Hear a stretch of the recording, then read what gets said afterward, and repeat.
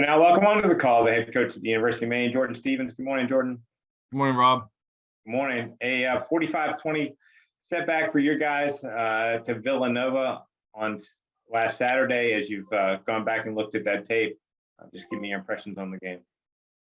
Yeah, I thought, just starting with us, didn't get off to the right start, and, we really had a chance to respond. And I didn't think we did early in the game. And that really, kind of snowballed from there. And we weren't able to get back in the game.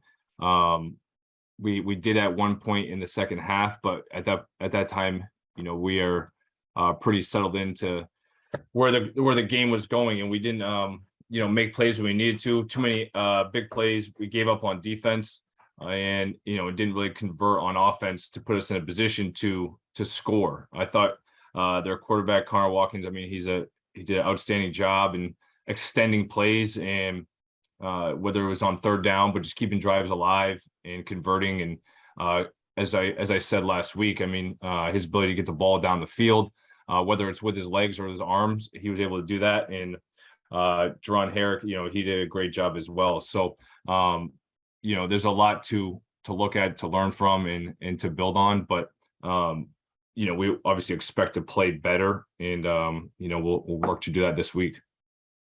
All right, your first question this morning from Larry Mahoney. Good morning, Larry. Morning, Rob. Morning, Coach. How you doing? Good, Larry. How you doing? Good. Just obviously defensively, 97th among 123 teams, that giving up 36 points a game. Passing defense has been pretty good. Rush defense is 94th. What do you do? Do you make personnel changes? Do you look at different defensive schemes, or do you sort of apply it into the fact that you've played a really tough 4-game schedule so far? How do you get your defense more consistent? Thanks. I know what I did wrong. Okay. Yeah, I think there was, you look back at the BC game, and at points in the Collier game, I thought we did a nice job versus the run.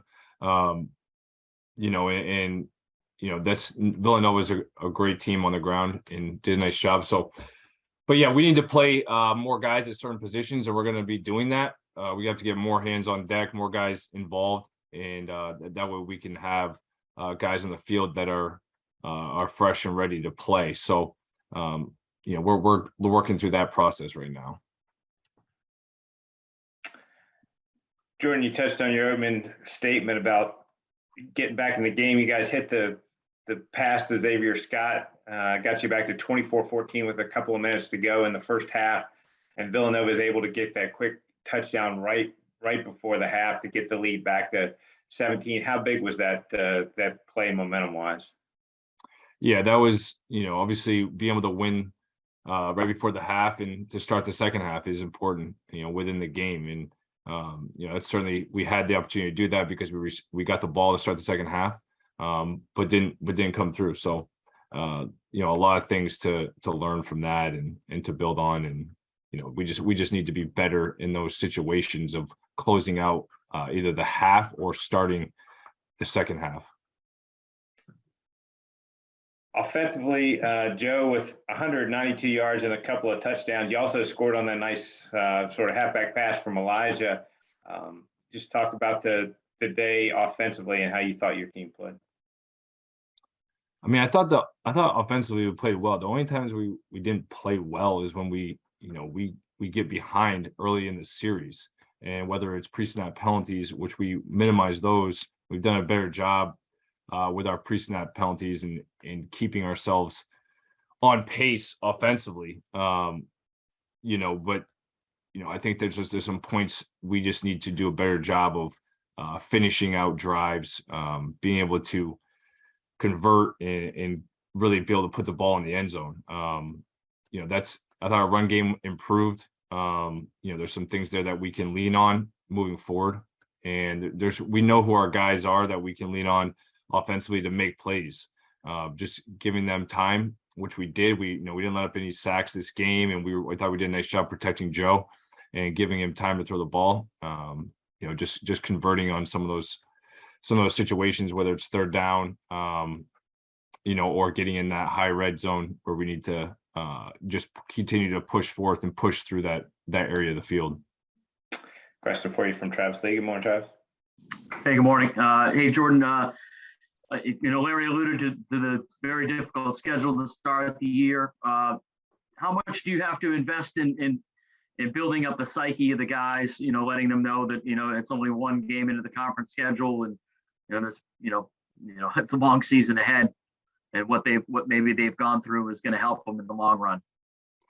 Yeah, I mean, really not looking back at the schedule, or using that as any type of crutch, but certainly, we have a lot ahead of us, and we have a lot, we have everything to look forward to here, starting with this week, with going down to Hampton and a great opponent and an opportunity for us to get back on the field. And I know all the players, coaches, everyone's, excited to prepare and get back out on the field. But, at this point, we're really just keeping things, to the facts of what we need to improve and what we need to get better at, in doing that in a positive way, because we do have the right pieces. I think we do have the right guys, but we need to execute better. We need to finish better. We need to strain and give ourselves an opportunity to play with a lead throughout the game, or at least be in a game where we can go back and forth. Jordan, you touched on the running game. You guys run for 108 yards on 22 carries, so almost 5 yards a carry. Like you said, a pretty good performance. How much did the nature of the score of the game dictate you maybe not being able to use that maybe as much as you would have liked? Yeah, I mean, that's exactly it. I mean, we thought we ran the ball really well in the beginning, and then, getting to where the game was in the second half, we weren't able to just, grind out the run game. So, but some things there with Elijah Barnwell, Freddie Brock, getting Xavier Scott even involved in the run game, and then being able to, you guys like John Gay. So we have a number of guys that can carry the ball, and we're going to continue to build on that. And I think this was the most healthy we've been on our offensive line this year. Got a follow up from Larry. Go ahead, Larry.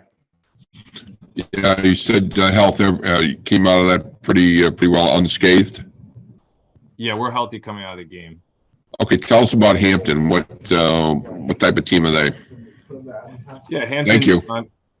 Yeah, physically, I mean, they stand out. Just their up front on both sides of the ball, their size, their length at receiver as well. And I know Jadakiss is a guy that stands out in terms of his length and his ability to make contested catches, win the 50-50 ball down the field. He's able to go up and get it. And so there's a lot of pieces there. They play hard. There's a reason why they're 3-1 at this point, and have done a great job to this point in the season. And we have our hands full in our preparation for them. Jordan, Hampton has alternated a couple of quarterbacks, one that's more of a thrower, Mays, and one that's more of a runner. As you look at them from a defensive standpoint, do you prepare two sort of different game plans depending on who's under center? Yeah, just looking at, I mean, number one does a great job of just extending plays, their ability to run their draws and be timely with them and get the ball down the field. I don't, right now we're still going through that, how we'll prepare for each quarterback, but each certainly brings a different element and a level of confidence that you see, with their teammates. They each go in there and they execute, and I think they feel comfortable with both. Well, I'll let you go. As you look back on that game, certainly a highlight level play from Montego Moss on that one-handed touchdown catch. You probably have seen a few of those in practice over the days, but how good was that play that he made individually? Yeah, he does that often. I mean, it's as much as we're constantly harping on him to get two hands on the ball, he can certainly go and get it in tight windows with one hand. And I've said before, I mean, he's our most talented natural ball catcher. Can go get the ball at any point, but that was good to see him finish that off.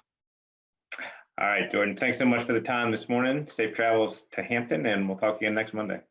Thanks, Rob. Have a good week. All right, you too.